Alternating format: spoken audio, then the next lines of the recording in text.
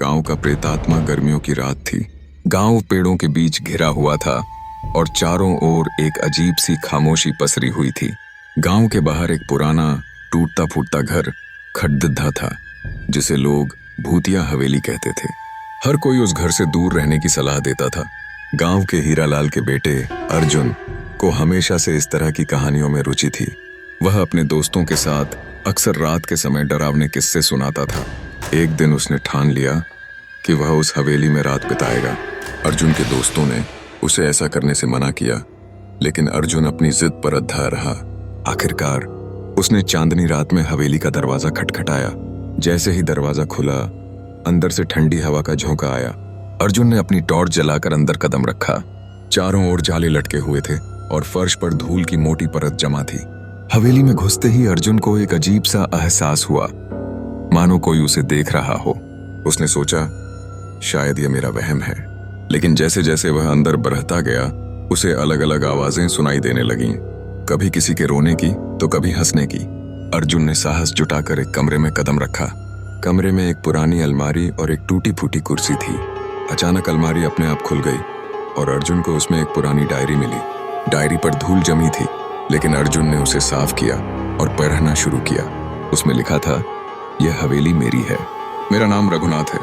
मैंने यहाँ अपनी पूरी जिंदगी बिताई, लेकिन एक रात कुछ ऐसा हुआ जिसने सब कुछ बदल दिया। अर्जुन ने आगे पढ़ा और पता चला कि रघुनाथ के साथ एक भयानक घटना हुई थी। एक रात जब वह सो रहा था तो उसे हवेली में अजीब आवाजें सुनाई दी। उसने बाहर जाकर देखा तो उसे सफेद साया दिखा। वह भागने की कोशिश कर रहा था, लेकिन उसका पैर फिसल गया और वह सीढ़ियों से गिरकर मर गया। उसके बाद उसकी आत्मा ने इस हवेली को छोड़ने से इनकार कर दिया। डायरी खत्म होते ही अर्जुन को लगा कि पीछे कोई खड़िद्धा है। उसने तुरंत मुद्द कर देखा तो एक सफेद साया उसे घूर रहा था।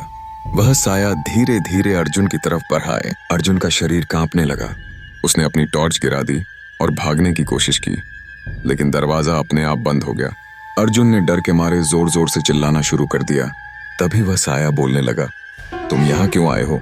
अर्जुन ने कांपते हुए जवाब दिया, मुझे सिर्फ जानने की जिज्ञासा थी।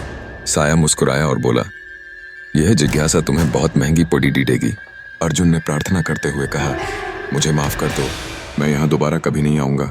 साया ने थोड़ी देर चुप रहकर कहा, ठीक है, लेकिन अगर तुमने मेरी शांति भंग की तो अंजाम बुरा होगा। अर्जुन को लगा कि उसकी जान बच गई है। दरवाजा खुल गया और वह हवेली से बाहर भाग निकला। उसने अपने दोस्तों को सारी घटना बताई, लेकिन किसी ने उसकी बात पर यकीन नहीं किया। उस दिन के बाद अर्जुन ने कभी भी भूतिया हवेली का नाम नहीं लिया।